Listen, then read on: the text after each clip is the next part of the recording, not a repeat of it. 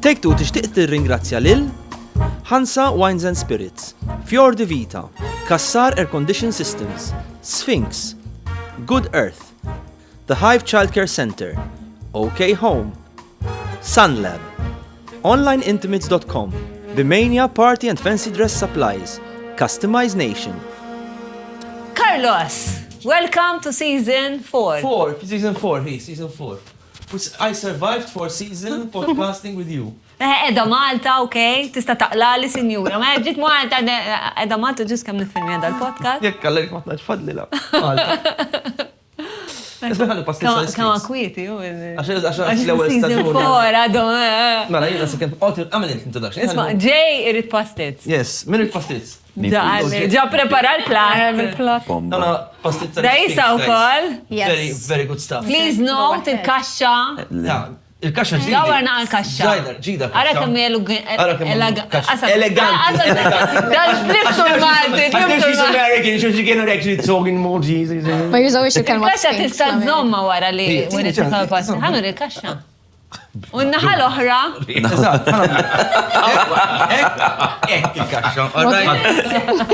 U n-naħa l-oħra għandna lil Claire Mary u l-Brandon bil-bar tagħna.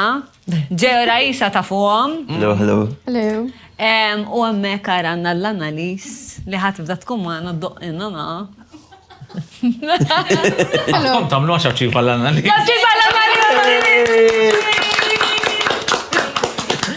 I don't think you know this story, imma Annalise tħobbot ma tanċabx pula. Kif qed taraw qegħdin qasadnina min-nies, qegħdin 6 mhux qegħdin 4. Għax waslilna l-messaġġ. Jekk ma ndunajtux għax ma tafux toldu sa 6, qegħdin 6 mhux. Waslilna sebin għandna l-żgħira. Il-Nina, waslilna l-messaġġ li xbajtu tisimgħu l-ister ta' Carlos. U għadna l-ispeċ ta' jienu Carlos ħanalquna aktar ħalqna u ħanibdaw nismaw aktar l-ister ta' guests, tajjeb? Mela ħaqasmilkom il-karti, guys. Thank you. Okay, you have 5 each. All right. And before we start, ma xum faqbling this. Toast. Ħanajdu l-verita. Ħanajdu l-verita Karl toast. Għalek mill-pastis. Il-verita u l-verita bis. Cheers. Cheers. Grazie ħafna lil Hansa. Cheers, guys. The truth shall set you free. Dal-imbit ġobni wis. Yes. Dal-imbit Karl isir. North Italy, in the mountains, really high up. So, And it's really delicious. No, it is delicious, I must admit. I love it. Delicious. Yes. Okay, mela. Nibdew sigla? Siglet. Sana bis-sigla. Go.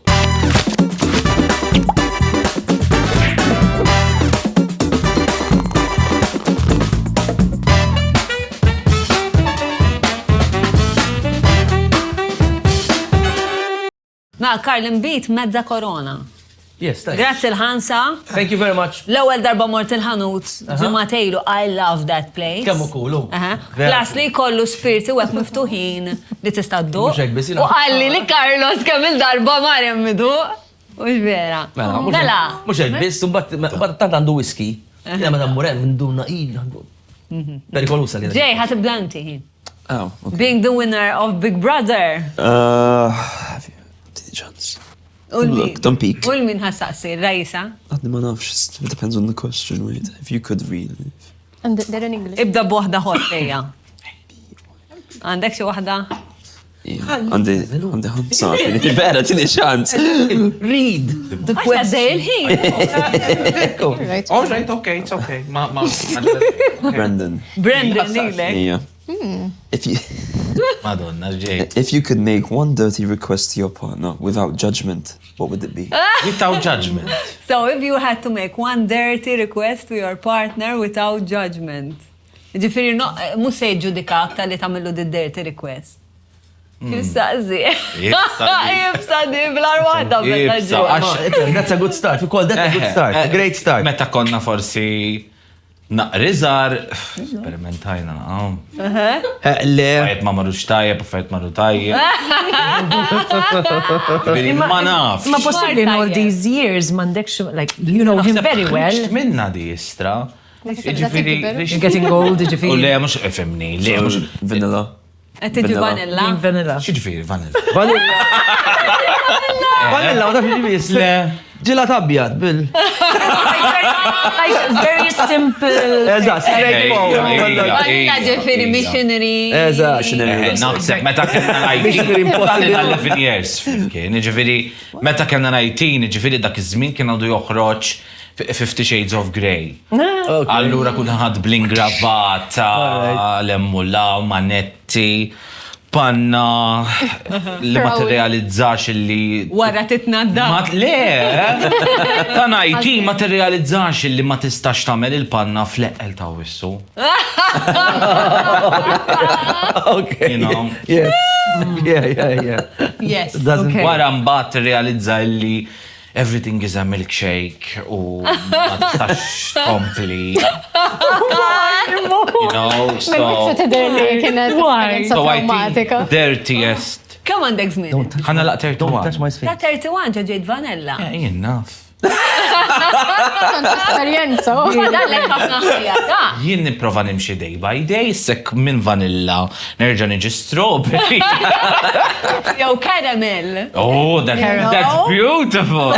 Caramel. Mbagħad naraw, sa naraw. Oh, xi ħadd jixtieq jaqsam id-dirty request. La. Ġejna. Eh? Proset Annalisi. Titfana fil-mood.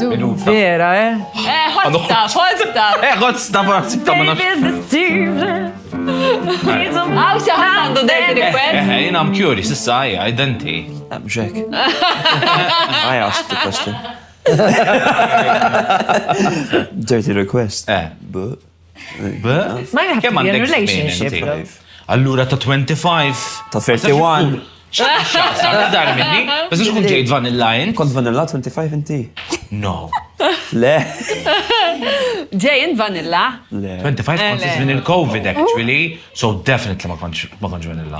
Il-COVID għandu x'jaqsam mal-vanilla. Għax konna għamalu Eżatt, so Xtaqbad experiment tagħmelu. moru. Xtaqbad ta' X'daqbad tagħmelu. Dik naqbel naqra ta' żmien il-Covid. Kienet Vera. Issu kulħadd ġina wild. Tal-kot konna għadek naqra. Għatli li l-COVID għamlet lek ġit Definitely. mentalment. Għax slowjatni naqra. Il-ħajti ġiet iktar slow, konna morru nimxu iktar, naf nitkellem iktar. Ma konċ daqsek gaz dawn mal-pjanċa, ġifiri daqs kif kod qabel. Fimtu għal-mitna ħafna l-lum il-ġurnata naħseb li naffi għandin islow jassa. Tibbilanċja. Tajjeb, Raisa, inti, question. Ul-min. Ajma. Fuq l-istess tema, Claire. Vanilla xini? Ma konċ naqsbus. Mela, what's your ultimate quickie fantasy? Id-lossa taj. You would love to hear this, Karti. Why me? Ok, tibba dik il-mistoqsija. Probabilment. Wow, ġabdit l-asħana għanna nibdew. Vera. Ringrazzja CAS, Yes. tal-Nejsi, Miguel. Yes. Grazzi tal-li xorta sponsor jgħajtna volja tħal tal-meeting xari mandra. Ma beżaxu tal-aqlem. Dak għax għandu stonku tal-azzaj. U taf li tista tamlu bil-Wi-Fi, mill-Wi-Fi. Mela, zgur, mela. Naf. Anke saħna sakem Kessaħna. twiġeb Claire fuq Aħjar. fantasy ta' Malli rajsa sassi tal-mistoqsija rajt il-temperatura tila, u t-nara ħafna ħmura, titkanġi fil- Għax ma nafx naqbad nej, because either way I say this, I'm gonna look bad, naħseb. U le, don't worry, we're okay, It's your għana l-erba, fantasy. għana sitta għedin bis. Ma iżek il-fantasy. I think naħseb, meta tkun xi ħaġa naqa tabu in a way. So you think like maybe office toilet, eżempju. Yes. Kana unexpected, u Għatta Yes. għanet faħġek ma. So wait a minute, jekk għamilta sort of fantasy. So, No, but it's been long. just want to do it. No, I don't want to do it, għax I made a pact li I don't go with people from work. Allora, now it became a fantasy, u memx tam, like, it's Laqas better, staff party. it's better. No, definitely not. La, naħseb. No. That's the party, yeah. There's a strict line, I don't go there. Imma Għax dejjem mhux kellek dik il-line ġili, kellek relazzjoni Before, xogħol. no. Yes, that's why. Obviously, it started like that. Stajtek, But like, eżatt, it was Allora, because it just doesn't end so well. So either you have to leave or the person has to leave or like tiġi very awkward. It's just, there's a lot at risk. Imma domanda tiegħi li jekk tiltaq mal-persuna tiegħek at work, u mhux tagħmel. Jiena għdirali, per eżempju. Well, good luck to you. Le, ma Flimkien. Le, ma u mbagħad iddejja u tipo telaq. Mhix Xogħol, Imma dejjaq minħabba s-sitwazzjoni. Le, ġis iddejja x-xogħol. Just like You were lucky. You were lucky. Le, maħna konna tipo kompanija kbira. Aħna konna kompanija kbira u departimenti differenti. Għodux taħdmu L-istess office għal Madonna vera d-dejja. Rich naraw iċċek daqsi. I don't agree with it that you work with someone like in a relationship. Definitely. Jina dejjem Dik ħaġa li you were for someone ikollok naqadak in-naqa ħin. Mux dejjem għal-partner, staħġa. Jina dejjem naħdem mal-partner, dejjem. Dejjem. Kull partner li kelli ħdem miegħu. Fuq ix-xogħol it's not easy. No, Jien ma tantx naqbel magħha, però I think one-off, jekk vera tkunu taqblu and you have the same work ethic, speċjalment the same passion, eżempju bħalek jekk inti qiegħda fil-media and he is in the same sector, u you complement each other iva, però I think very rare. Imma għandi mistoqsija importanti fuq li qed tgħid. Office toilet għamilt jew le? Ejja, nistenna office toilet x'għamilt. Inta għamilta, intak li għamilta. Jow għadha fenni. Yes, years ago. So not the work, not the place of work I work now. So what you Mux bejt aħna mizda, kienet għadda dajra. Exactly. Years ago. Dajja, put fantasy. Brandon. Okay, ma fintix fantasy. What's the fantasy within that? Imma insomma. Il-horn. Mela, ħanna rawna, Carlos, tiftakar xinu l-horn? Il-horn mux suppost nagħtu karta aħna. Le. Mela, guys, m'għandix idea x'inhu l-horn. Beautiful. Il-horn huwa meta jew jien jew int. Ħanibda jien perż ma ftakarx. Nistgħu nsaqsu domanda li rridu li xaħat mill-guest. Okay? Bas bdin ta' xina m'għandix idea x'insaqsi. Għandi ta' xi ħaġa insaqsi, mhux għalissa. Le, jien ħansaqsi l-ovvju naħseb. Ħansaqsi l-ovvju. Saqsi l-ovvju.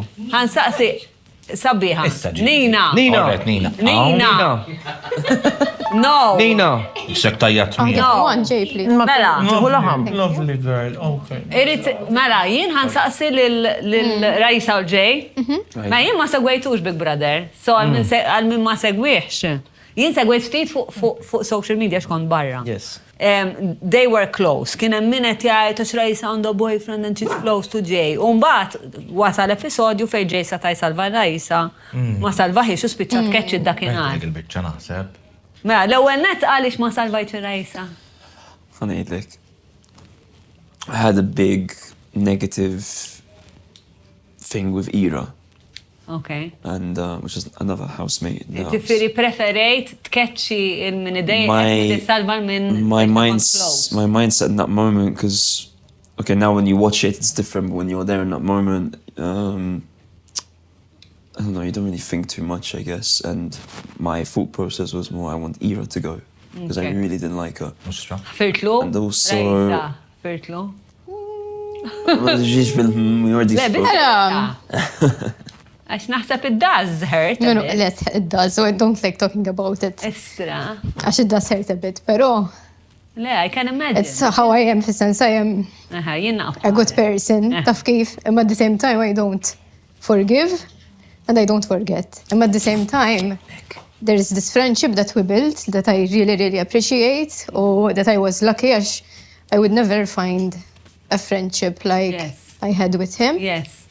And that goes over my selfishness. What happened? U naħseb li kienet tibsa u kol raj, għax jħassibt mbagħad li spiex ta' kontu għaddej minn dik il-ħaġa. U int kellek taffeċċa waħdek mbagħad għax ħriġ, sibt il-burraxka tan-nies li spiex ta' judgment, etc. Eżatt, u kienu ħafna judgment, which is, I mean, it's fine, taf kif imma ġast ċerti affarijiet meta kont narhom, eżempju conversations sana li kienu deep u li ġabuna f'punt fejn aħna like il-ħbib li aħna l-lum.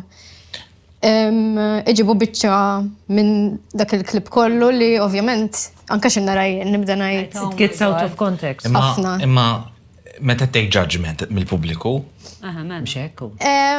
Xumbat il-nies jaraw clips. How was the other housemates with you? Like, did they see the relationship as the audience saw it, jew just vera kif Anzi, jena dejjem qed speċi forsi tnax ġo ħażina jiena jisni jiena għandi dal-karattru if I like you I give my all. Jiġifieri Allora it gets misinterpreted. Eżatt, ma minn kont close. Ma kontx speċi ma dak right u every now and then. U ma ġej insertajt kelli din il-friendship li kien ifakkarni ħafna f'ħija. Li dik il-relationship ta' kif bdejt ma ħijax. Hu gżajr? San ikbar minni ma jena ħija mux actually ħija. Kien ġi Otman ma ta' kellu 18 ġifiri u għassaddew like 12 years. So meta bdejna nibnu tipo dik il-relazzjoni jenu ħija ħassejt l-istess ħagġa ma ġej. Fimt allura li hija għal-fat li da ġodar, ma nis li ma nafx, imma tinħoż tipo din il-connection taf kif għalija jifelt isni safe in a way. So, I mean, ma nistax ngħid li ma weġġajtx jew dak il-ħin vera kont emotionless għax għadd jekk ħan infaqa I'm going to regret it għax kont naf li jiena emiss, kont naf li jiena l-barra, I understand taf kif kien żball. Ma jiena naħseb ukoll in-nies jibżaw, ġifieri. In-nies il-pubbliku? Il-pubbliku għana ngħidlek, jiena pereżempju jien persuna ngħir sewwa, imma fl-istess ħin ħafna mill-partners tiegħi ma kienu tjejru xejn. Ġifieri żgur ma kienx ikollhom problema bjien inkun close ma' xi ħadd bħal ġej bil-mod kif kont. Imma jien insecure. Met person insecure jaf dik il-ħaġa tbeżżani. Ngħid kull partner tiegħi għax innejn. U jien dik il-ħaġa fis-sens ma taħriġ. That's my weakness, that's why we shouldn't judge because inti ħadd ma kien fir-relazzjoni tiegħek. Les, u dik il-ħaġa jiena speċi ta' meta ħriġt u kelli l-conversations ma tal-familja u mal-arrostija jew hekk. It was very like a normal conversation, fint ma kienx hemm xabaġliet u confrontation u xabaġliet so. Ġifieri n-nies li għalija nies bil-Malta bil-bajt li jidħlu dawn ir-reality shows għax. U dik hija għax inti tidħol ma jfek ħadd. Ija, ma jintom li tħaltu xħat kun qed f'moħħkom, xkont qed tistennew mill-pubbliku li ma jiġġudikawkom? Le, jiena I'm fine bin-nies jgħidu li jgħidu, x'kien hemm ħafna eżin tal-bidu tarhom u x'inħriġ eżempju mal-lower rid nara x'inhu jiġri ma naħseb bejn il-kurżità għax tkun ilek ġewwa bla mobile u hekk. U eżaċċen toħroġ isek the topic għax iridu jaraw jaqlawlek għax ġejt eliminata u għax x'inhu jagħmel ġej pereżempju u għax tradija u għax jiena kienu kien hemm ħafna allura. Daw is-sitwazzjonijiet. Kif salvajt? Naħseb I ignored everything, unfollow jgħid everything, għax għamilt 4 ġimgħat mingħajr mobile u mingħajr ma nara xejn u għax 4 ġimgħat vera kontenta, għamilt bil-ġodda esperjenza vera sabiħa u għat-talfejn. U tipo l-familja tiegħi l-arust tiegħi. They're okay with everything. Taf kif? U jiena I like judging u sharing an opinion naf li ħad iġri, imma jari mbagħad il-ħdura. Imma juri. Ħanajdlek, eżatt. Jiena ħanajdlek, jiena I don't mind. Iktar edukati ma kux. I don't mind. Kulħadd għandu opinjoni u kulħadd ħajġġaġġja, which is okay. Però ħajġġaġġjaw fuq l-affarijiet li qegħdin juru li dak m'għandhomx kontroll fuqhom in-nies. Definitely. Fimt, ġifieri jiena kien hemm conversation darba minnhom bejni u bejġi bdejt ngħidlu qed inħossni naqra isni lonely u ħadd isu mu jagħti kasu irrelevanti u hekk u x'in rajt il-video tagħha tillallu għadd. Tipo ħan issejv jaħda l-video għattax vera memorja tipo nista' jkolli di. U literalment dal-video x'in tħalt fih jiena ngħid xi ħaġa we're very limited on what we can do in here. U nisħadu għalli jiena ngħid hekk għax we're limited on what we can do in here. We can't kiss, we can't touch. Għax ma nistgħux nagħmlu affarijiet ħabba l-kamera. We're allowed to. There was no contract saying that. Le, ma femmu ħażin. No, but what I'm saying is people thought that, but in reality we can do whatever the hell we want. I was saying that, or people were thinking I was saying it. That's why I get caught, stuff kif. But the thing is, my boyfriend was understanding from outside of the house. And people obviously weren't because they don't know me like he knows me. So he's like, and he told me before I left, so call, għalli attenta kif titkellem, għalli għax inti ma taħsibhomx u jien vera. Naqbad nitkellem minn ma naħseb, ġifiri. Imma l-mistoqsija tiegħi, għalfejn poġġejtu lilkom infuskom f'dis sitwazzjoni in my opinion dejjem. daqshekk stressanti fl-opinjoni tiegħi. Ġifieri. Għax inti li tidħol f'reality show qed tikxef għajnek ħama kulħadd u dal-affarijiet kollha. Eżin jien reality shows inħobbhom. Imma mhux lest li nkun f'ħafna sitwazzjonijiet tagħhom. Imma aħna ma nkunux nafu x'qed jiġri. Eżatt, jiena tħalt apparti għax moħħi kelli. X'kienet ir-raġuni eżin? Li tħalt. Le hekk li tgħid iwa ħanamilha hekk u ħanpoġġi lil nifsi taħt is-sitwazzjoni taħt dan il-judgment għax hemm ħafna. Ma jiena jisni rajt opportunità biex nixxerja l-esperjenzi tiegħi minn xi għaddejt jiena. Okej. Tipo para. Eżatt, jiena self-confidence zero ġifieri. Le xejn. Allura x'in tipo ħanidħol ma' nies differenti. Taf kif dawn nis li ma jafunix u jisom it's my day one. Allora li it's very out of my comfort zone, ħafna. Umbat xin first week ħat head of house, jina anka jem dejt nibżax bdejnejt il-lallu. Jien speċi ta' umbat tibda tara il-Karl fih daqs dinja, per eżem, nibda najtina l-head of house ta' da, speċi, ma ta' mil-sens. You're so sweet. Allora jisa tibda niġi vera, mux confused, it's not what I'm used to, fimt? U bħala self-esteem enitek taħseb jew ktar Did it make you stronger as a person? Naħseb, it's a bit of a roller coaster, sa' kem ħriġt it was a bit down, imma mbagħad tibda tara tipo affarijiet pożittivi u hekk. Jibda jħossu kaħjar, mbagħad jerġa' jiġi live show, jerġa' il-ħaġa. Il-ġurnata tħossok iktar b'saħħtek minn qabel tħalt jew inqas b'saħħtek? Naħseb iktar għax issa għandi perspettiva differenti. Naf kbirt minn ċerti affarijiet ta' kif nitkellem u kif ngħid ċerti affarijiet li jistgħu jweġġew il-ħaddieħor. Again, il-ħbiberji li għamiltem ġew ukoll għenuni biex taf kien temmek ukoll għenuni nikber jekk hux għamlu li xi ħaġa ħażina u tallimt minna. Fimt, ġifieri anka no offense imma ħeftu, anka il-fatt li ġara meta ma salvax lili, it's a different perspective, ħanajdu hekk. Però kif tajt, the end is I forgive if that's the word li xismu taf kif għax again jena stennejt 10 weeks, ġifiri sajdilkom la rostijaj, kont nibki kważi. Jena kollu nifki. Kemment ħelwa. Like, kont meta 10 weeks biex taffaċċa ħattaj. Mux biex naffaċċa ħaxalija, it was very hard to go from spending every day with those people mbagħad x'in noħroġ xej u tipo the person that could understand me the most kienu għax hemm ġew jisni most of the time miegħu kont nitkellem u hekk fimt. U bqajtu close iskom bqajtu ħbieb.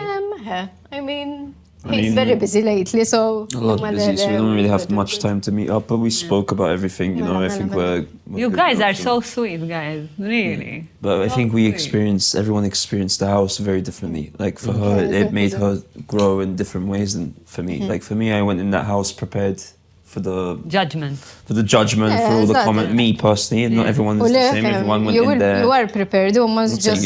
I'm just saying. Like, people are more. Maybe a little bit more sensitive to other people, for example. Or maybe someone just doesn't care, just wants to be out there. But for me personally, whether I won or lost, I was ready for bad comments. I had bad comments the whole time. Yes. ħajkonna morru fuq domandu oħra x'inka mhux se jsaqsi kulħadd. Sorry. No. If we start this conversation, it will never end. Naħseb jekk jibdew jitkellmu fuq id-dar we're gonna have a conversation. U naħseb anke Inti saqsejtu l-aħħar. Le inti Brendi, mela illallu għadna question 3 għadna. Mela, nistaqsija? Okay. X'inhu l-aktar ħaġa wild li għamilt biex tisseduċi lil xi ħadd u ħansaqsi lilek, Jay, the wildest thing you did to seduce a woman. But before you answer, think about it. I'm sure have you not seduced women? All right.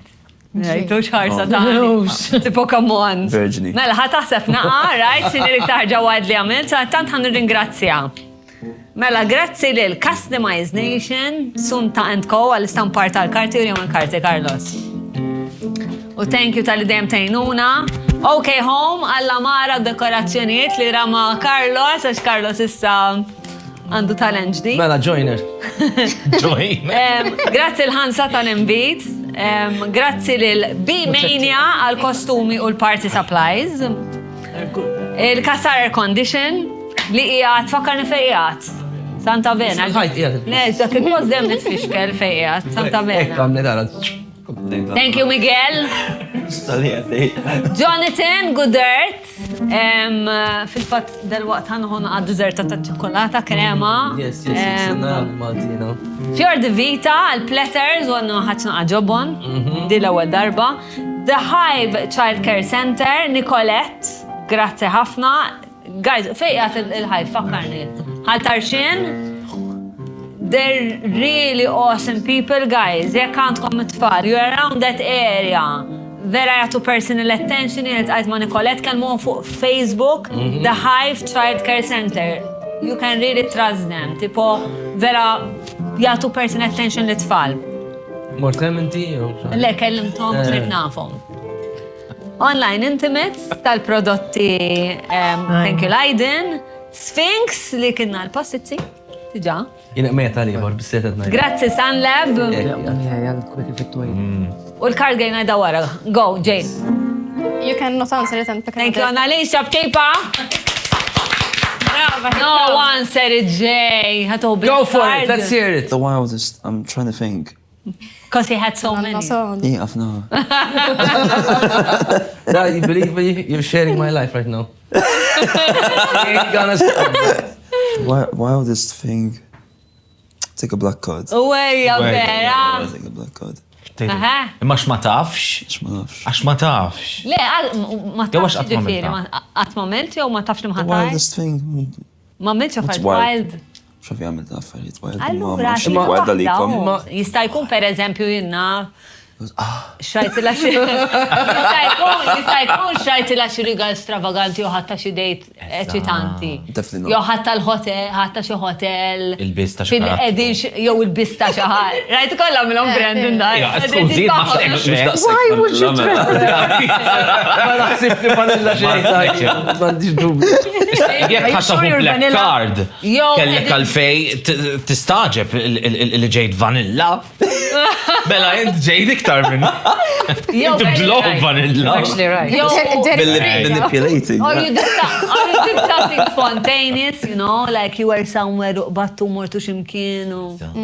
Inkella black card. I don't know if it counts. Ejja, Let's say it and we'll decide if it counts. Eżatt. How it works. It wasn't a very good night for me. I didn't feel very well. Okay. We went out on the boys' night and stuff. Okay.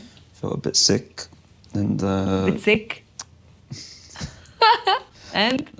I threw up on this random girl.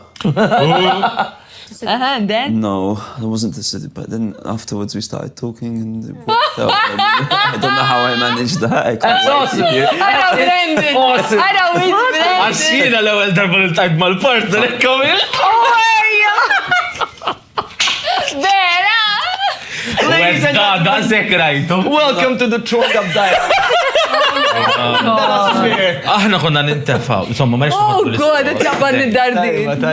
Yeah, the end of story. U ma kellimtix iktar. Le, لا مش سدوس تتلي eżatt, sedus. Istra u għatali kax remettejt fuq. لا He نتكلم said مش you عملت billi remetta fuq. Wow, lalla. والله اصلا افتكر ايش في wash my mouth. Yeah, I went to Ġdum baċċamil wara li. Ġbir wara li remettejt fuq, you kissed. No, Oh. we spoke a bit more. I said sorry probably. Remetter falqek. Mux jirinsi t-tawtu t-samma. U bat nice. ma kem domt bil-bista? Dakinhar jew xi ġurnat oħra? No, that night. Edet najja. Then we went. Mort laħlaħt naqajo, Xkilt qabel? Why? Throw up, x'kienet jiekol? Throw up. What did I eat xoro. before? Eżattu. I have no idea. I think I just had a pizza from fast food. So okay, thank you. Toma ta' zebb. Excellent. Hey, don't call me that. Għani jifox dak vernu nishtiq nikon aġobon ta' fjor di Kull vita. il-ġobon. Inti Klermeni. Jina li jom it-tlieta, jew li l-komun kol. Le, il-komet tlieta. Għaxin nixxabaw minni u minn Carlos. Ask him something quickly. Tista' sassunek.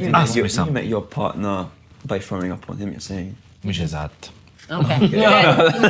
L-ewwel darba li l-tqajna, u dak iż-żmien konna niltaqgħu ma nafx xi jissemma ħexa bar kien jismu. Għanna nixtru tazza €5. What an aptly named establishment is San it? Ġiljano. San Ġiljan. U jina dak iż-żmien ma nafx kien jaqali għal din it-tazza €5 cherry wine u kont insir maħta u nofs fiha. U insomma, Inti għandek vizzju taħsilni biex titkellem, tiġa. għandhom umbrella u fil-gazif taħħa. Oh my God. Sorry. Just saying. Yeah. Insomma, u konċ robtlu xi naqra żejjed.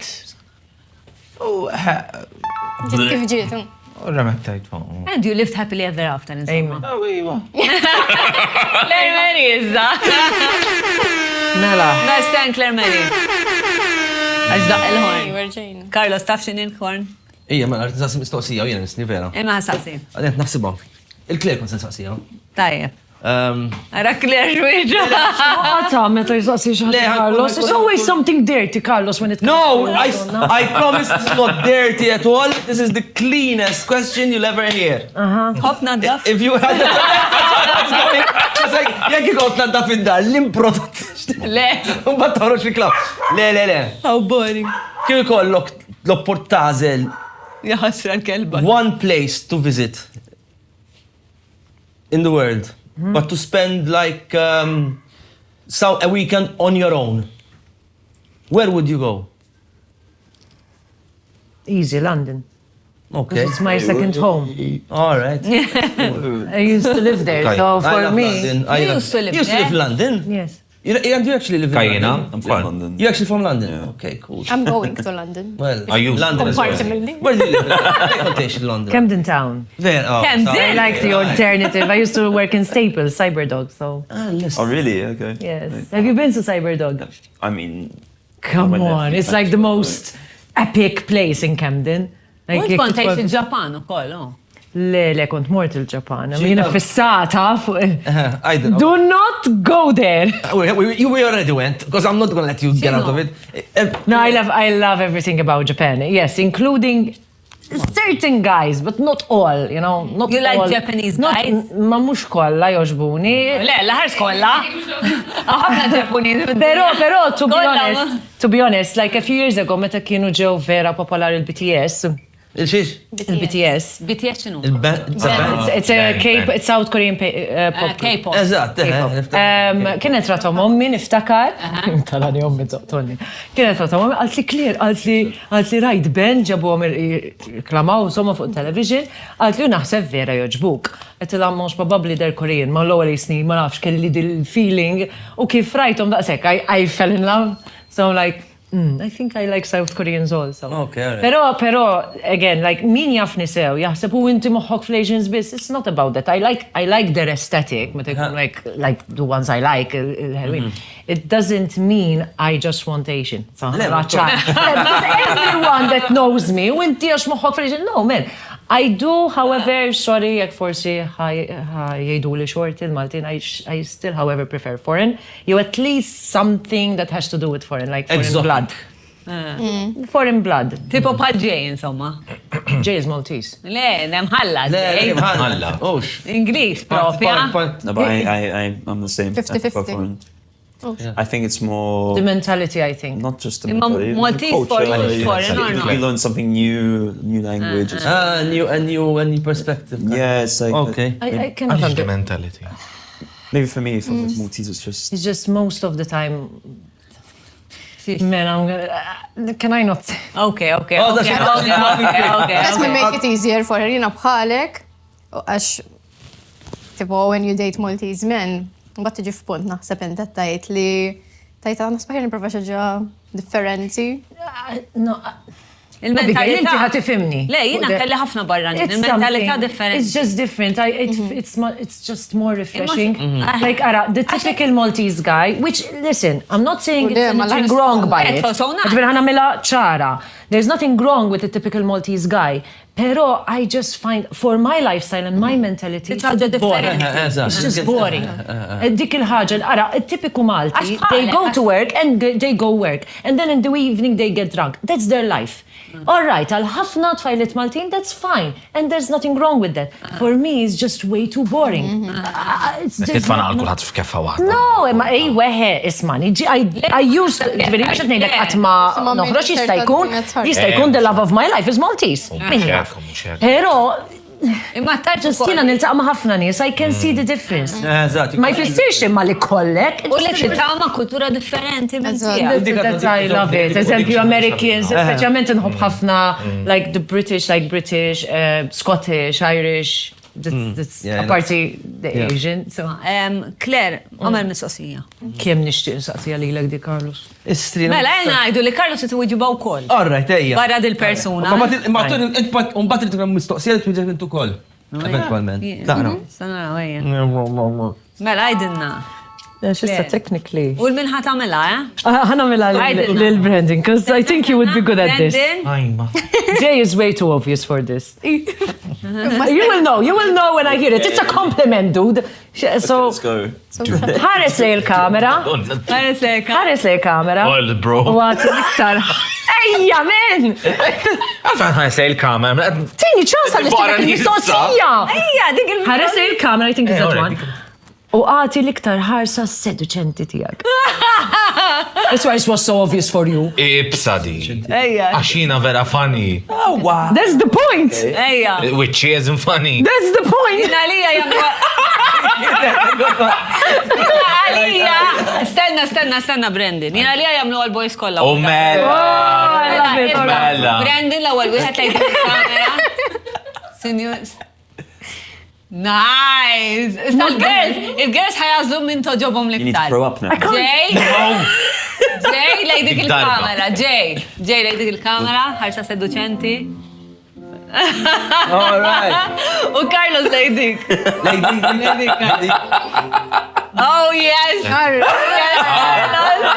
You know what that face looks like? It's like I'm gonna eat you alive. Well, that is... Guys, that is kind of the thought behind it. Ħanataw reklami, aħna l-girls ħan konsultaw najdulkom li maħarsa preferejna.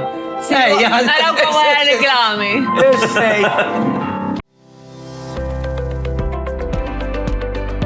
Sajfu xitwa, Artel Air Conditioners. Minan CAS Santa Venera. Customize Nation, your one-stop shop for all your custom printing needs.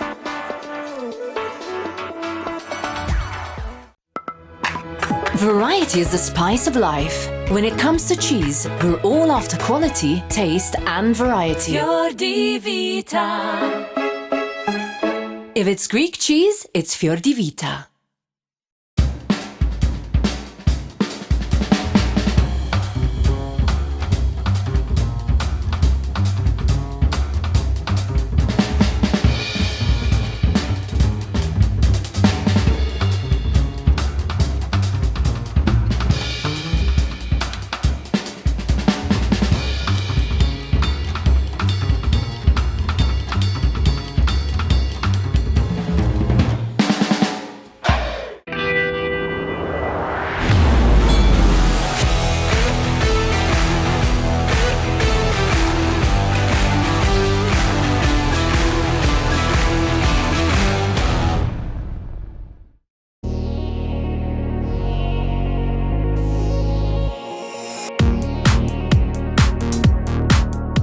Summer sale throughout June at OK Home. Massive discounts on outdoor and indoor furniture, barbecues, lights, and much more. okhome.com.mt.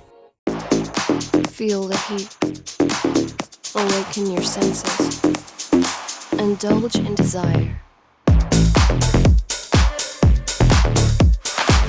50+ brands. Onlineintimates.com.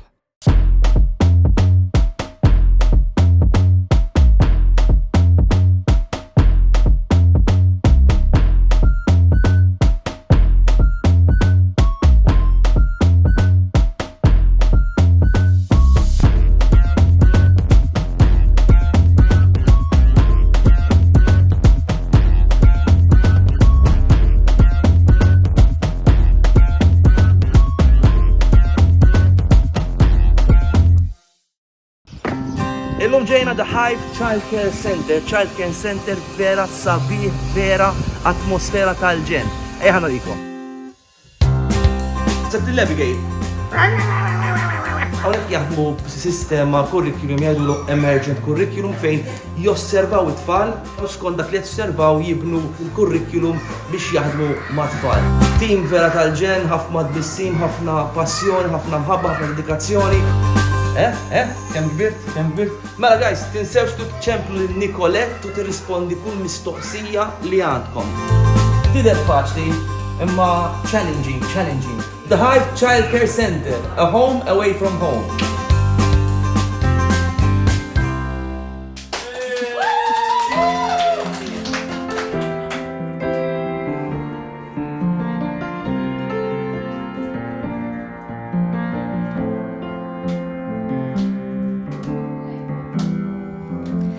There's a calm surrender to the rush of day, when the heat of the rolling wind can be turned away. An enchanted moment, and it sees me through. It's enough for this restless warrior just to be with you. And can you feel the love tonight? It is where we are. It's enough for this wide-eyed wanderer that we got this far. And can you feel the love tonight? How it's laid to rest. It's enough to make kings and vagabonds believe their very best.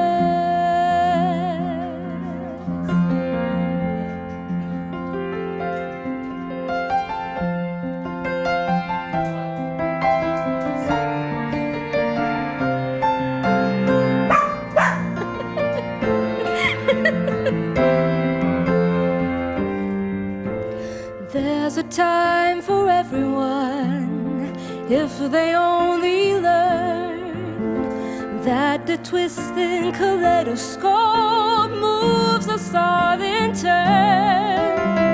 There's a rhyme and reason to the wild outdoors when the heart of this star-crossed Voyager beats in time with yours. And can you feel the love tonight? It is where we are.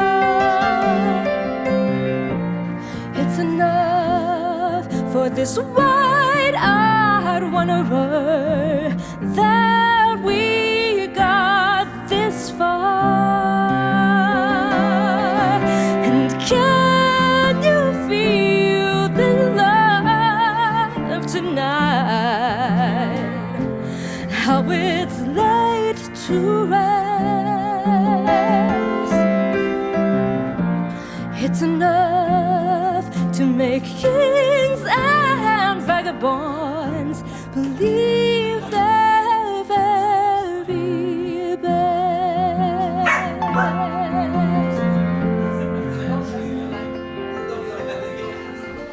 It's enough to make kings and vagabonds believe their very best.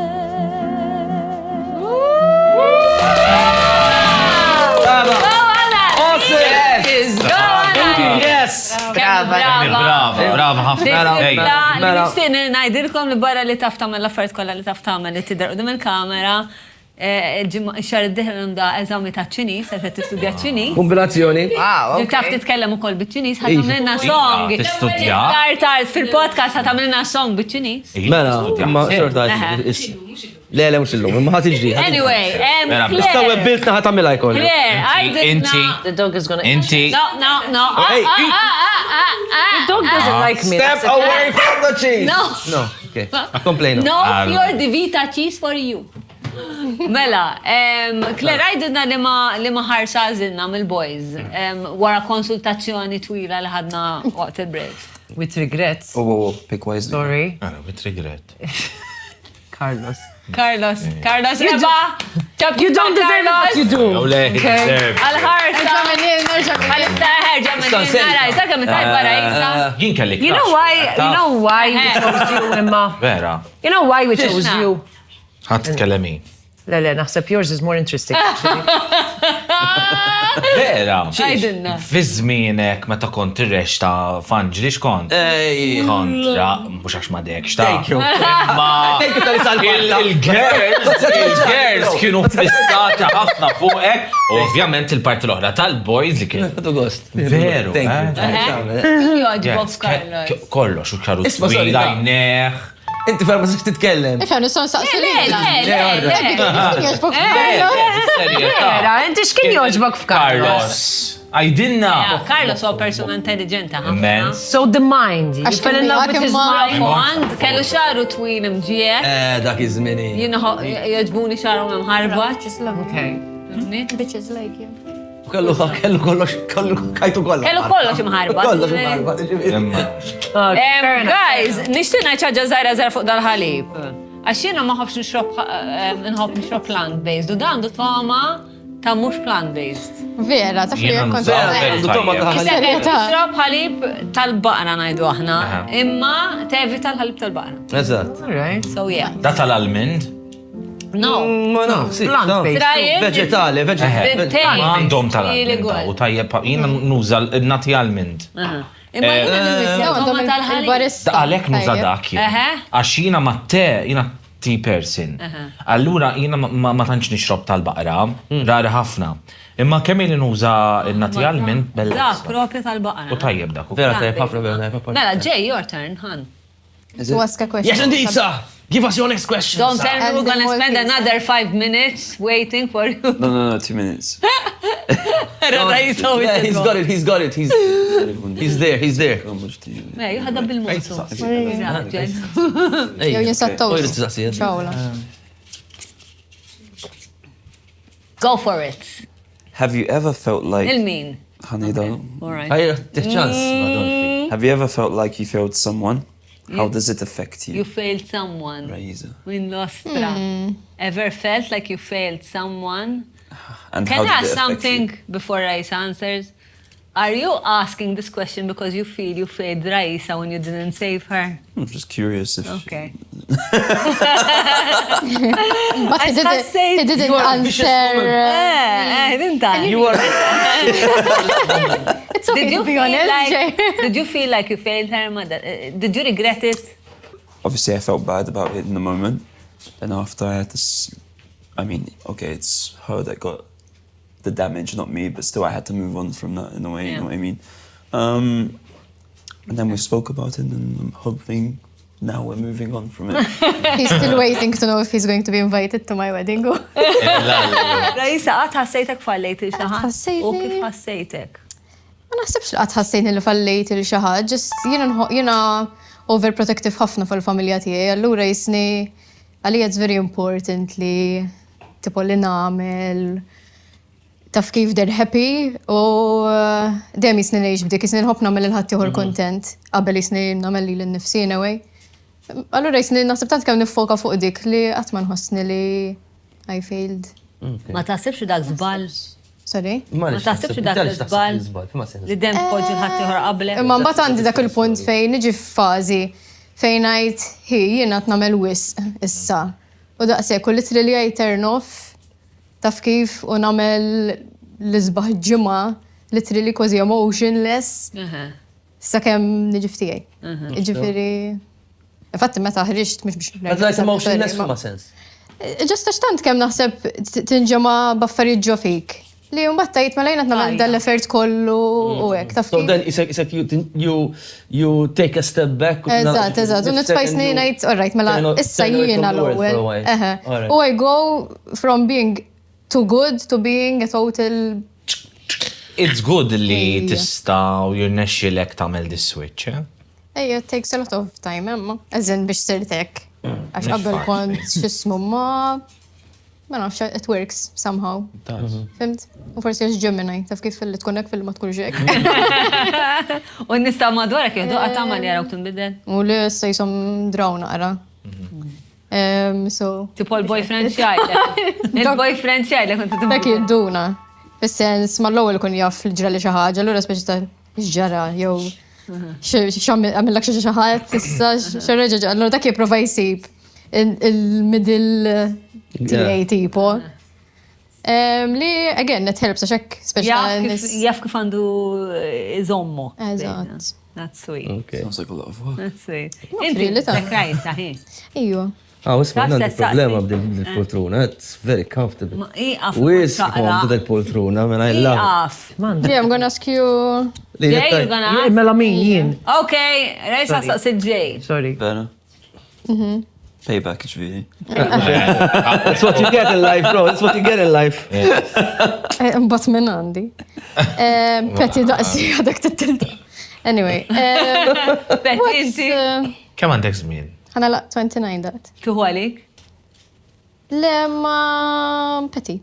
Peti neħu għalija. Peti mhux hu għalik? Skont, just. Pittima ġifieri. Le, jiena lija Peti mhux speċi ta' sekt pattija naqra.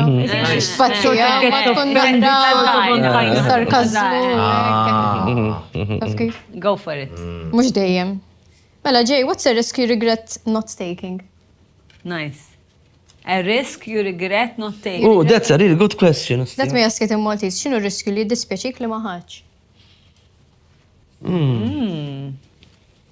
What's a risk? L-ewwel net persuna tirriskja Jay jew le? So I'm not really scared to take risks, so it's a hard question to answer. I think moving to Australia, I was supposed to move to Australia, I think, and then COVID happened. But I still could have went, but I was too scared to go. Imma saqsik xi ħaġa, inti tajdi tuħu riski. Imma tuħu riski emozjonali. Jiġifieri jekk taħseb li ħatweġġa. What does that mean, emotional risk? Emotional risk is like, it's one thing I'm moving to another country. And it's one thing I'm entering a relationship or a friendship with someone that might really hurt me. Do you take those risks? Yeah. Yes. Yeah. You're not scared of being hurt. I always see it that if you hurt me or screw me over, that's your problem, not mine. I gave you that chance and... It's good, Emma. It's a good way to see things. I've met people... I think it's very valid. Have you been in love? Yes. Meta tkun qed taqa'? Ma jkollek dik il-biża li tweġġa'? For me, I find it more risky to not try than to try. Yeah. 100%. So I think that would be a regret for me if I don't try. Exactly. Then you would be like, what would have happened? Imma f'relazzjoni bil-fors ħajkollok tweġġa'. Għax meta inti taf dal-persuna u tkun ara jiena meta nkun vulnerabbli ma' xi ħadd, ovvjament nkun vulnerabbli għax nafdaħ. Ovvja la ħatweġġa. Ovvja la ħatweġġa. So... Nasa fej kunem l-emotions, xi darba joħra jkun hemm. Ovvja li kollok dik naqra biża la ħatweġġa. Ovvja, especially tkun dik naqra insecure. Imma jien pereżempju meta nibda nagħla. Ġifieri. Karla se ta' konverzazzjoni oħra barra konverzazzjoni Le, jien pereżempju jekk xi ħadd iweġġani jew qed nibżal ħan weġġa. Ħafna drabi tipo nitlaq, vore mux vera nitlaq. Xieġifieri. Daqsek, mela, ma You're emotionally clock out. Daqsek, I can't do it someone like that, għan daqsek. The technical word. Several times, in a relationship. The technical word is Ma tbelħu. Le ma nitlaqx. ġennu raġel. Ma nitlaqx, ma dak il-ħin nemmen li rrit nitlaq. Tantrums, crying. Because it's better you leave before rather than after. Like, aħjar titlaq inti qabel. Għax ikollok il-kontroll. Exactly, yes. It does make sense in a way. Nżidu l-familja. It's not always the right choice. It's not always the right choice, and you never know what's going to happen. Le, bas ma nitlaqx, ċarri. Imma lix. Għax mux vera nkun rrit nitlaq. Ġas nkun rrit il-persuna tajli titlaqx. U jek tweġġa, u jek taf li weġġajt. Xorta teqpa. Did it ever backfire? Normalment. No. Le, ħat qasma telaq.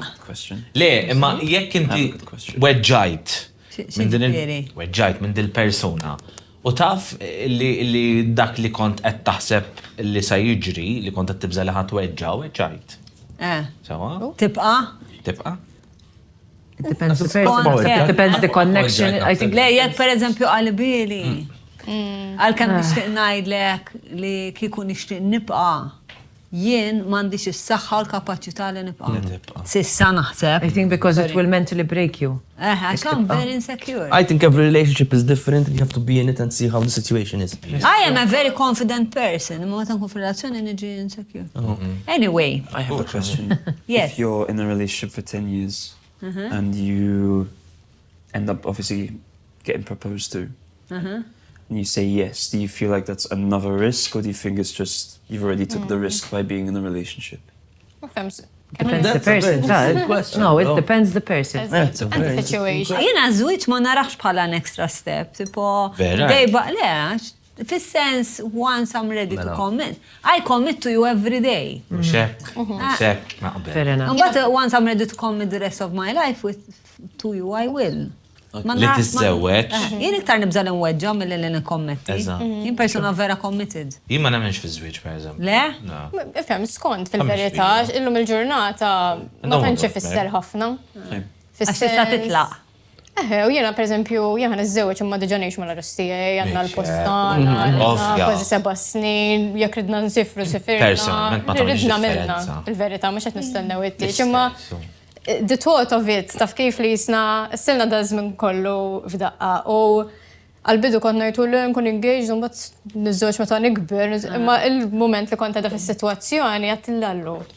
Irrid nippjana t-tieġ speċi ta' taf. Ma ġust dikna l-excitement li. Forsi minn tfajla tidher differenti. Jista' jkun, imma ġust mhux għall-commitment, ġust għall-fatt li jisna vera ħanamlu next step f'xi ħaġa. Ma nafx x'inhu, imma it's something li we're doing together, taf kif li issa mhux il-post. Issa ħaniżżewġ nippjanaw it-tieġ flimkien. Ikun hemm issa anke l-esperjenza. Romantika wkoll. Imma xorta tara bħala next step inti? Mhux next step issa, Jiena naqbel mebbi. Ma naraħx next step. L-esperjenza li tgħaddi minna x'inha tippjana t-tieġ issa qed tgħaddi minn esperjenza differenti li qatt ma ddejt minnha. Another step in the relationship. Naħseb li tkomment qudiem in-nies. It's a big step, I think. U qudiem l-istat. Malfi għandek donna. It's a step. It's a step, it's an official step. X'purtom in-nies? X'purtani minn? No, but it's for yourself mostly. Jara kemm jinċert. I'm declaring it to everyone. Eżatt. Għandik żonna. It's to each their own, I know. Bħalek kont naħsibha. U bħalek naħsibha ġifieri anke t-tieġ tiegħi dejjem ngħidlu tipo anke n-nies li ġejjin, jiena mhux qed nistieden il-kuġini tal-mommi u tad-dadi għax għalija bla sens. People who are close. Jiena eżatt nies li huma close u min irid jiġi l-libes li jrid. Ħanoqogħdu barra li tiġi pulit u da. Relax. Għax anke min jaf lili. ħadd ma jafni nilbes l-abjad jew nkun pulita. So it's not me. Ġifieri jiena litteralment ħankun pulita u għandna xi tieġ. Tu għax ikonna ċerimonja. Once iċ-ċerimonja r-ritratti lesti daqshekk ħanbiddel is-sarbu. U speċi ta' everyone knows each other. It's a party. Brandon inti. Celebration, nu. Inti missis. Ma nafx. Inti. Taqbel ma żwieġ? Sakemm issib id-domanda. Carlos. Ħallik mill-qattu. Having conversation. The Hive Childcare Center, guys, jekk intom is-South, Anke miċ-ċentru, daqdin ħaltarxin. It-għajt maħom, they are very sweet people, very responsible. L-tfal jituhom individual attention. There is passion. There is passion, eżatt. Child Care Center, The Hive. Kelmu Nicolette fuq Facebook u għajdulhom li smajtu bijom minn hawnhekk. Importanti, guys, jekk tidu. Minn hawnhekk. Minnaw. Dakwa. Minnaw. From here. Here. Yes. Nikxfu l-Karti. Issi. Isma, ħajja mitċajt, jek tiddu dal-podcast kompli, tajjeb u kolli t-supportjaw l-sponsors tagħna. Eżatt. U aħna nemnu fl-sponsors tagħna, ġifieri kull ma għaw vera tajjeb, vera t-noddu pieċir nekluħu nixorbu, Carlos vera jgħini. Le, dina sponsor. Il-flus li nħalsu, il-miljoni li nħalsu biex kunet jippreżentaw hekk, taraw kemm huma well spent. Go for it, Brendan. Nissuġġerilkom kifu sponsor ta' xi brush li tkun nissu. U jiena OCD kbira narani kont We're telling you. Oh, mima. Okay. Nibdew. Mela. Go for it. Mela, ħansaqsija lil. Jekk tista' terġa' tgħix mument romantiku wieħed li ma jkun. Nsaqsija lilek. Claire, kull mistoqsija nagħmlula, tammel darwis FML. X'inhu? FML. Yeah, you guys know. FML x'inhu? Fuck my life. Fuck my life. Illa, look at the graphic, Claire. I say have a beautiful life, Claire, come on. Why? You don't have romantic moments that you would like to relive? Kemm int ma sabiħa, ħelwa, dak sabiħa. Teżaġerax. Yes, but usually... Sabiħa vera, ħelwa. Don't exaggerate. Miskina, ħallija. Bravo. Imma what type of moment are you referring to? Romantic. Experience mainly foreign or Maltese? What? This experience of yours mainly from foreign or Maltese? That's the good question. I think foreign is much better. Sorry. All right. Again, I'm not saying Maltin gravi. For me, all right? It's just me. It's just me. Għax naf li hemm ħafna rġiel vera nice Maltin. Yeah, but the best memory she had is what foreign... I think foreigners are better. Għandek xi memorja romantika ma xi wieħed barrani li kieku terġa' tgħixha? Yes. I actually met with someone, he's American. Mux orin xaru. Just ask. Not orin. What's wrong with you? Please timbaxxu wiċċi għax taqsadni qalbi tiegħi. Inħobbok imma il-ħaża li tajtni l-ewwel. Erik, brava. Komplejna. Jak, kħadina. He was American u jiena He was madux fid-dinja. Ġibri madux madnix nara. Sabaħ xaru. Few years ago. So whoever knows me knows that I'm a Disney freak. I love Disney. Yeah, nice. The Christmas tree ta' Disney? No. Inandi. Okay, proset. Favorite Disney? So obviously when a guy sort of look like a Disney prince, I know it's very delusional. He looked like a Disney prince? Which is that literally look like? It's a mix between Prince Philip and Tabel. Tabel. All right. Tabel It's a mix between the two because it's a bit beast. sexy, The beast. but Il-beast. Mush the beast. Yeah, wara li jiġi. Whatever. And a little bit of Aladdin. I like a little bit of cheese in it. Cheekiness. But anyway, so this guy, so he's American, so he has that sort of Disney American accent. I don't know, I'm being fucking stupid right now. Most of them ikunu kolla British accent. No, American etnaj, ċandu xjaqsam American. Iju, għax il-Disney film, kważi kolla British. She's gonna punch him, say. No, man, no. Don't punch. Listen, Ruhi, do not go there. Do not go there, Olla Jake, kważi British accent. Do you think that Disney movies has the British accent? No. Do you think? Rajtom, Disney films? Which one? Which one? Aj, ma kemm inħobbok, I sorry. can show you. Bravo. No, I can show you the word. I can show you the word. It's British. This is technically Arabic. Imma she's singing. Hemm differenza. Tell the princess, now where did you Let last let your heart decide? It's Disney. Anyway, stajnielek. Disney in general. I actually, it's like, just, we hit it off. He was so sweet. I actually got introduced to him by my stepmom, believe it or not. Yes. Mela xaħġa li forsi ma tafx jafu nies għalkemm jiena vera bubbly u vera naqbad miegħek eżempju kalsda. But when I actually like someone, niġi jisni teenager. I become very shy. Bħal Melissa, and I can barely speak. So when my stepmom was with me and she told me like, you like him? Oh, yeah, but I'm just gonna stay away. I'm like, she pushed me. Suddenly, jisni tifla zaħira. This is my friend, she said. I'm like, hi. And he looked at me like this, like that, like, what the hell is wrong with this girl? And I'm like, can we go? Għettila l-stepmom tijaj, can we go? Għax naħseb jena taħsebna xie escorts naħsebna. I didn't expect you to take it there. No, seriously, I thought, that's what I thought. And she's like, int bis-serjetà l-oħra qalt li, I'm like, just can we leave? But isni I give up, vera ġobni, it's like at first sight, it's not love, it's just like infatuation. Something heli għalija, so ħareġ minn Disney film. Anyway, marġaj ċrajtu għet, memx taħmel, għet tissa ħammur, kelli drink, għet tissa namlu mal-bar nibqa sejra. And he was actually at the bar. Għet mala, I just go, put my drink on the bar, and maybe say bye, and that's it, like the last resort. U sejra, as soon as I put the glass on the table, he's like, oh, there you are. And I'm like, okay, you were looking for me? I thought you didn't like me as you gave me that look. Yeah, that's because I like you, idiot. Oh, okay. Yes, and then Kem to flim kienu mbagħad? No, just a few days. He had to go back. So. How long ago was this? Can I not say? No, of course not. No, not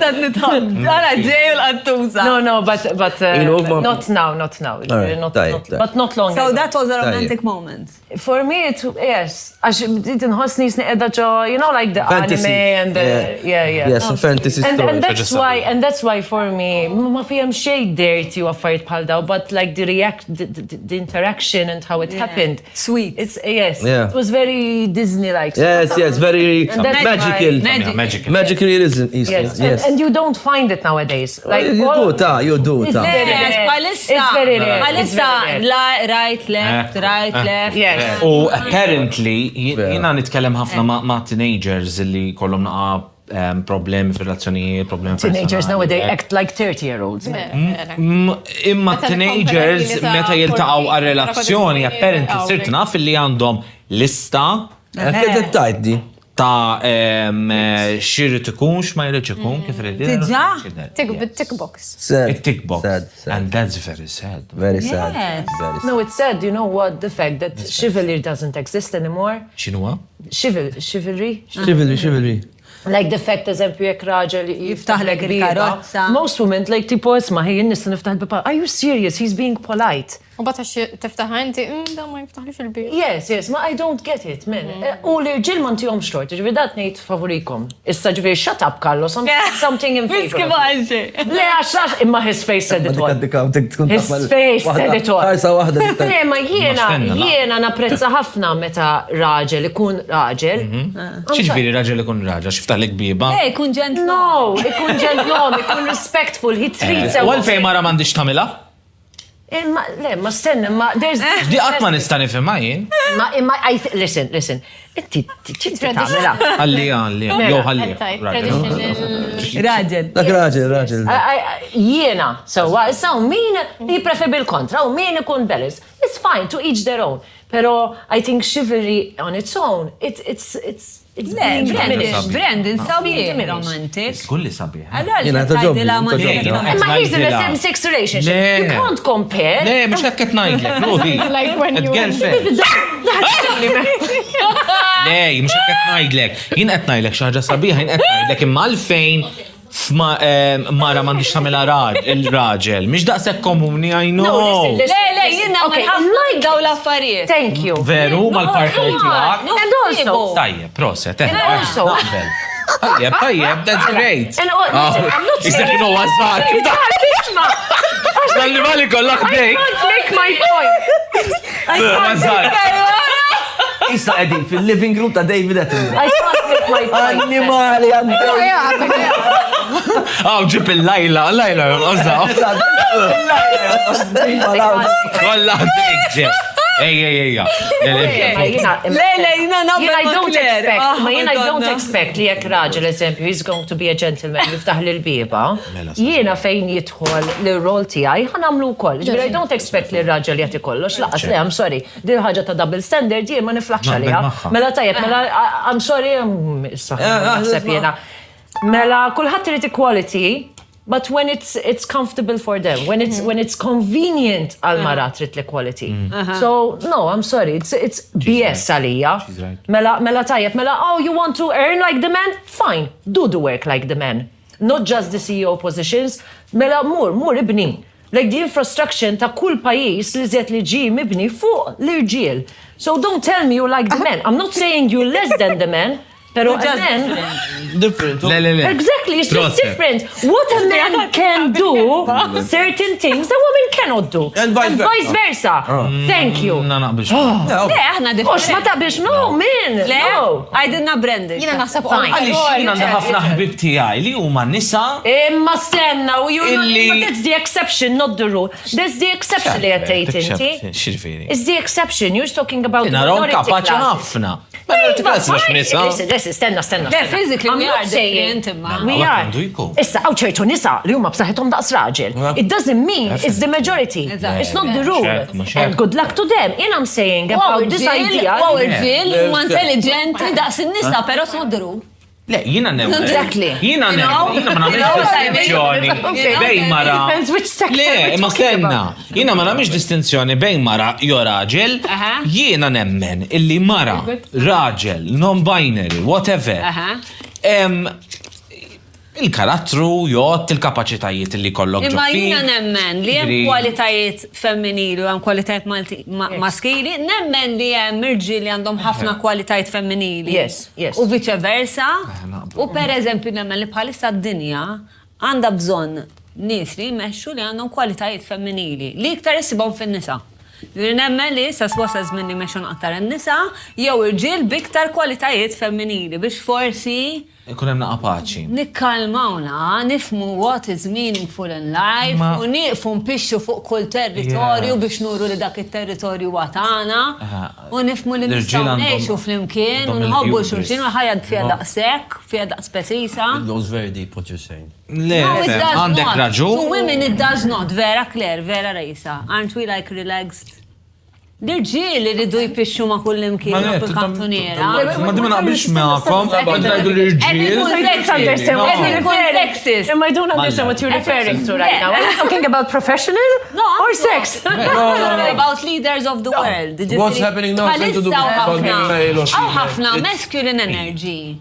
Taf kif li... Għandek raġuni, ma jfissirx li għax tkun maskili.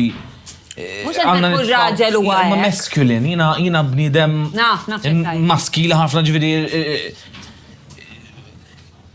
palma u minu feminista. Għattifem jina on the other side. Għattifem ġviri nemmen ħafna fil-kapacitajiet tar-raġel u li imma ċertu rġil naqbel miegħek. Raġel amigo. Naqbel miegħek li va veru. Għax the man is the hunter. So what is biological barra? I have to prove myself. But that's biological. That's why I feel lucky that I'm gay in a way. Għalek għanna bżon the mother. Għalek inħoss għanna bżon the mother palissa. Ija naqbel. Fid-dinja għanna bżon the mother. Claire saqsiet? Inti misek saqsi. Really, why every time li nkun ħansaqsi mistoqsijin għamiltili darbtejn. Ok, laħar domanda personali, ma ħansaqsu. ħansaqsi mistoqsija Claire, miskin. ħansaqsi mistoqsija. Ja, bat ħansaqsija. Inti tistaqsija, għalaj? Nsaqsu fl-imkien. Nsaqsu fl-imkien. Ma sa kondif ħansaqsu fl-imkien, naħseb ma nix dijax għandek moħħ. Jien nix nsaqsu, min irrit jitħol jista' jitħol. Ejja, tana. Mejt da gudban. Kif taħseb imma? L-iktar moment li weġġajt f'ħajtek. Tajma? U kif tallimt? Impressive għabbil. Kammi tib xidwejja. Moment li weġġajt li tallimt minnu. I can answer this one. Kollu. It's something that it actually helped me. It helped you in the end. Yeah, it made me realize that I don't hate Malta as much as I thought I did. So when I was younger, as I said, I love Disney very much. Not today Disney, more the Renaissance era. So around 10, almost 15, between. I auditioned for Disney. Pero I wanted to go big. So instead of going to London to audition for Disney Paris, I went to Florida to audition. More to audition Yes, all alone, ġifiri, like, ġabdit ħazin, għax meta wasalt il-bagga li ma waslitlix. And the audition was the next day. Għallu li ġeja next day. So it was like 9 in the evening. I told the receptionist ma fejn istamu biex forsi nixxiex libsa naqra jekk, like, bubble sort of, it tkun sort of Disney-like for the audition. So yes, I woke up in the morning, I went to the audition. There were hundreds auditioning for Disney character lookalikes. And they only wanted 10. And I actually was one of those 10. As Luke? Yes. Min hundreds. Proset. Yeah, it's bittersweet. When they got us inside room, and they were sort of talking to us one by one, when they came to me, they realized immediately that I wasn't American because of the accent. And obviously they told me regarding the visa. And because I didn't have a working visa, it's in America, maybe you'd know, the company has to prove that there is no other American people that can do your job, which is, in my case, there's freaking hundreds, thousands. So they told me, you have to go to an immigration lawyer, or otherwise we can get you on the cruise liners. And I didn't want to go on the cruise, I wanted to be in the park.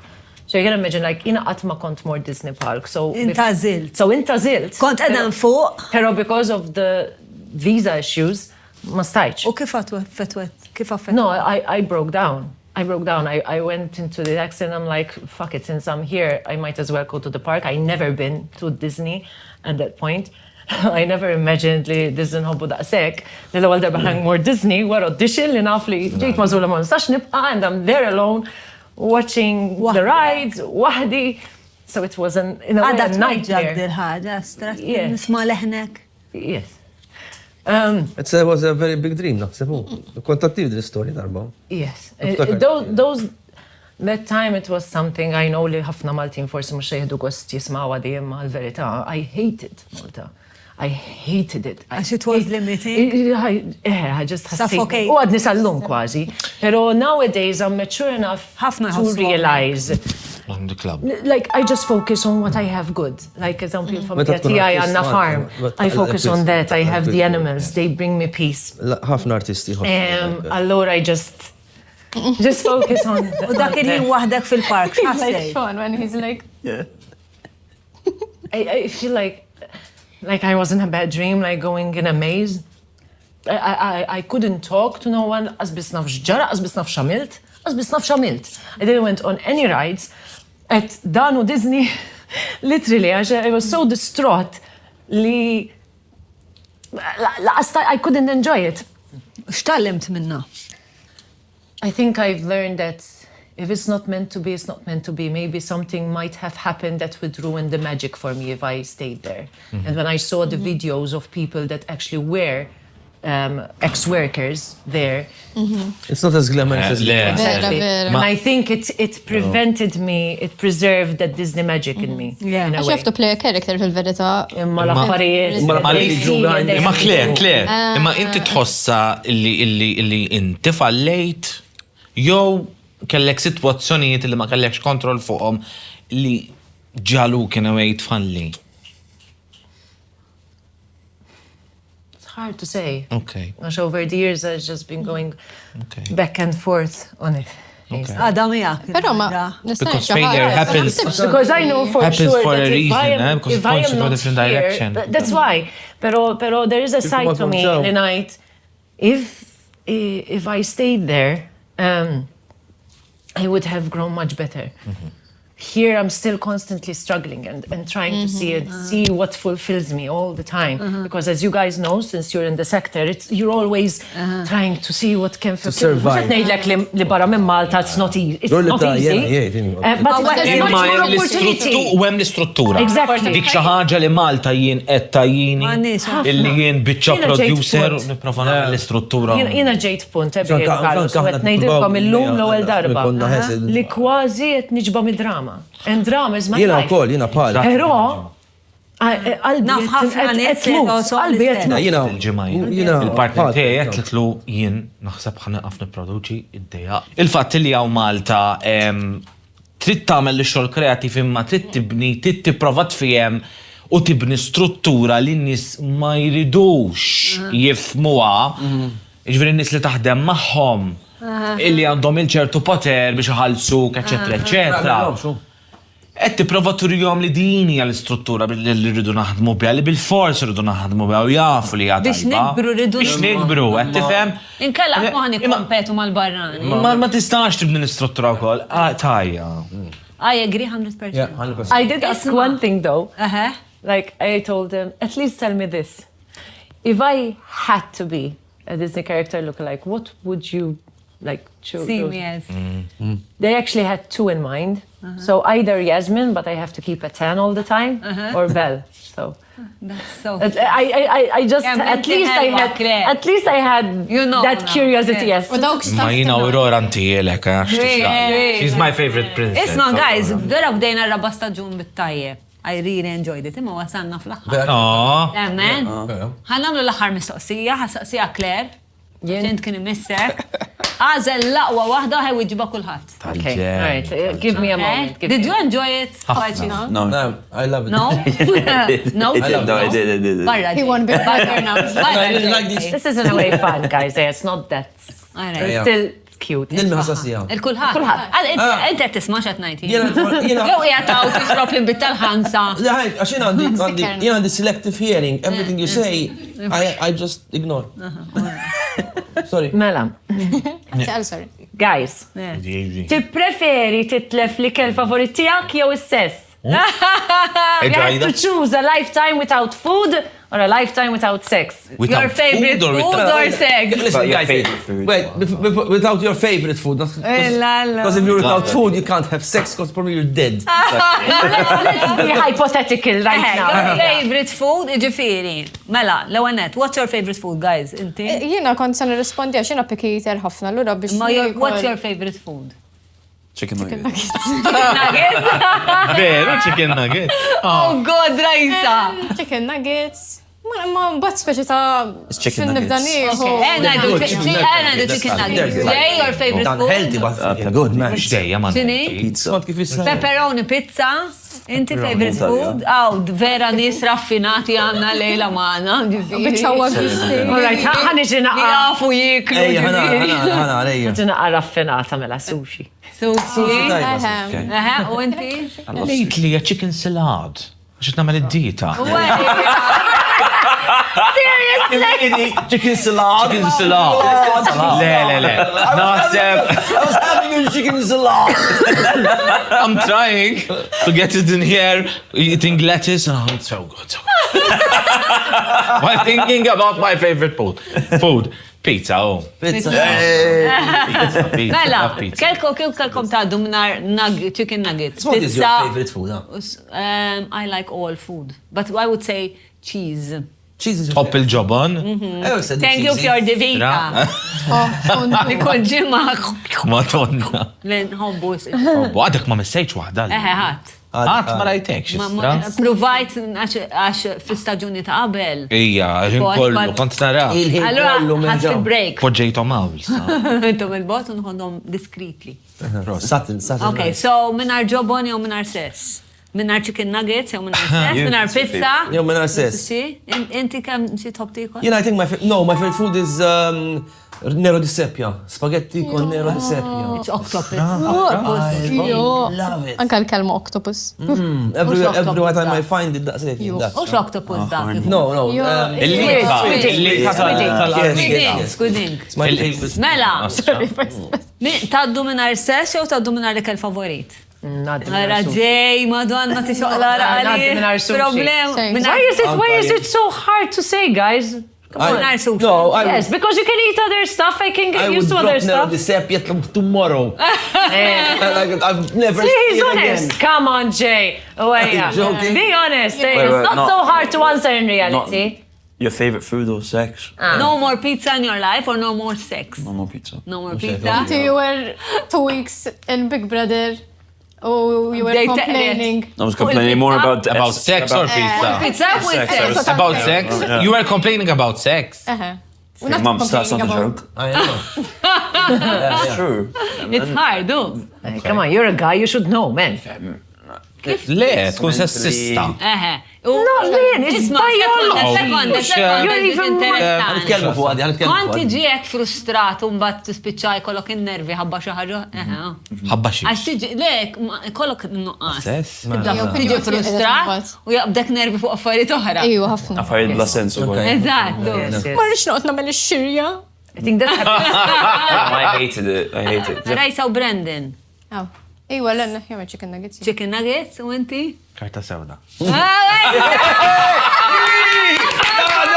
No, that's... Le, ma toċ il-karta sewda. Le, Suzi, mandu xaqsa, ma kanit fil-regoli, karta sewda. Mela l-karta sewda nanna zili l-ekina. Inta zilili. Mela, Carlos mun emmek fejja t-dar. X'namel? Ġib boqqa tabasco. Ok. Boqqa tabasco għal Brendan. Saddan it-tant ħanat il-rigali. Wahdu, jina għandi l-acid reflux ta' Kena t-twieġem. Le, no, boqqa Fejnom il-rigali. Carlos, namu l-rigali. Tuni ċans, Dallu. ħafna, vera. Iġġo iktar ta' ċaw. Inti ħajju biex, ċad għamel. No, għasar, kien Carlos, totalment. dumx. Ija, zom, tini ċans, għax minna t-nara xej, guys. Mela, daw rigali mant l-online intimates, għati għarri l-għabel t-Brendan. Thank you. Għat naftu l-kamera skolla minna. Xinu da? Mela, daw rigali tal-online intimates. Għanna tazzel. Għandkom Tal-quality. volumizing shampoo mant Talja. Lal. Daw kolla mant l-online intimates. Dal-istess. Unbat għandkom, per eżempju, deep cleansing mask, Mantalja. I love these. Can I have one, please? Lajden, ibat li wieħed. Ibat li wieħed, lajden. Ma dik tal-imbit. Ħaltu mal-imbit. Ma Ara boqqa, mux gro. Mela. Jek tislu fuq Thank l-online you, thank you. Carlos. Aħxi ġmil. Silence, everyone. Jek titlu. Nixtan nitkellem. Carlos, sikkito. Silence! Ej, din inti. Ladies and gentlemen. Għed narek titkellem u titħaq. Unbat jinnuħar xtanti, għed tifmali xinnuħar xtanti, paska mbat. Imma il-problema jena t-prepara bil-għal. Għed t-prepara t-tabasco, għanti mux għed Imma biex t-prepara t-tabasco t-tamen l-istorbju. Le, imma ta' xej. Mela, online intimates, istaw tislu online, itfaw il-code take 2, ħalli toħdu discount. Issa online intimates clear għandhom minn kollox, all right? Għandhom daw l-affarijiet tal-beauty. I don't need it right now. Le, għandhom affarijiet tal-beauty. Okay. Għal daw, face mask u għek. Umbat għandhom affarijiet ta' jek ma t-kol sushi iktar. Okay, Mela, ħanalqu l-program. Għanna tal-customize, tijom kolla ġej u pasitonna, xie ma t-nġibu. Pass demon ġej. Għed, iftuħna għada mant customize nation. Boqqa u nofs. Nista niftu? Iftuħ. Thank you. Thank you, Sunta. Thank you, Sunta. Thank you, Customize Nation, for this beautiful... Thank you, Online Intimates, for the fantastic gifts that you gave us. Listra, vera nice. Halloween, u kemmu Halloween. Vera, We are very happy. Vera nħobbom dawi. So it's like a... Għal-ġenda, Yes, it's a nice gift. ħafna. Thank you, guys. Thank you, vera. Ħanalqu, guys, ħanalqu. Thank you lilkom tal-li ġejtu għawnek, u ħanalqu Thank you, guys. verament speċjali. Ġili ġraddi. Le. Brendan ħajxrob it-tabasco u għat analis ħaddoq inna. Hot stuff. All right, guys.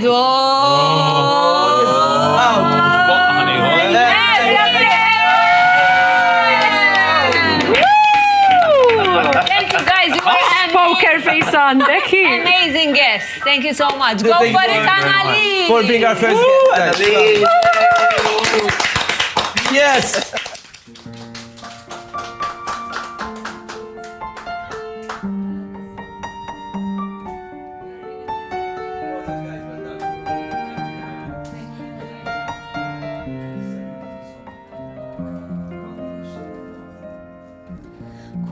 nasce un amore non è mai troppo tardi, scende come un bagliore, è una stella che guardi e di stelle nel cuore ce ne sono miliardi. Quando nasce un amore,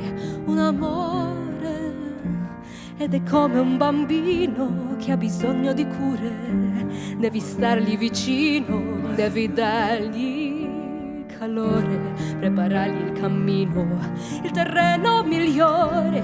Quando nasce un amore è un'emozione nella gola. Da quando nasce, quando vola, che cosa c'è di più celeste di un cielo che ha vinto 1000 tempeste? Che cosa c'è se adesso sento queste cose per te? Farò di te la mia estensione, farò di te il tempo della ragione, farò di più, farò tutte le cose che vuoi fare anche tu. Sì, tu.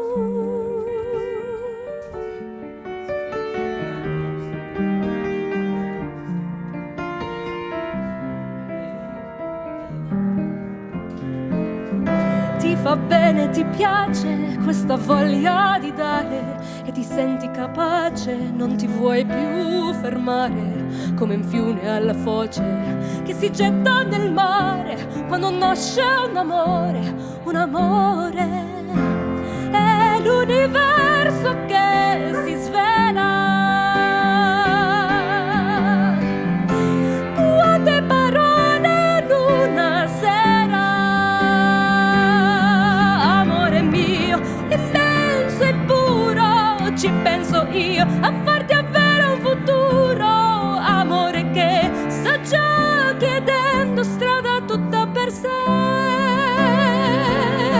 Farò di te la mia estensione, farò di te il tempo della ragione, farò di più, farò tutte le cose che vuoi fare anche tu.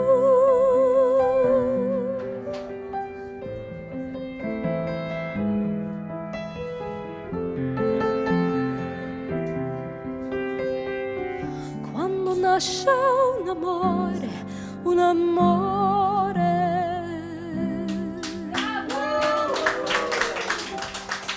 Grazie. Narawkom il-ġimgħa oħra madonna. Narawkom ġimgħa oħra. I know. She's getting gold, Yeah, guys. you know. Ciao. 55.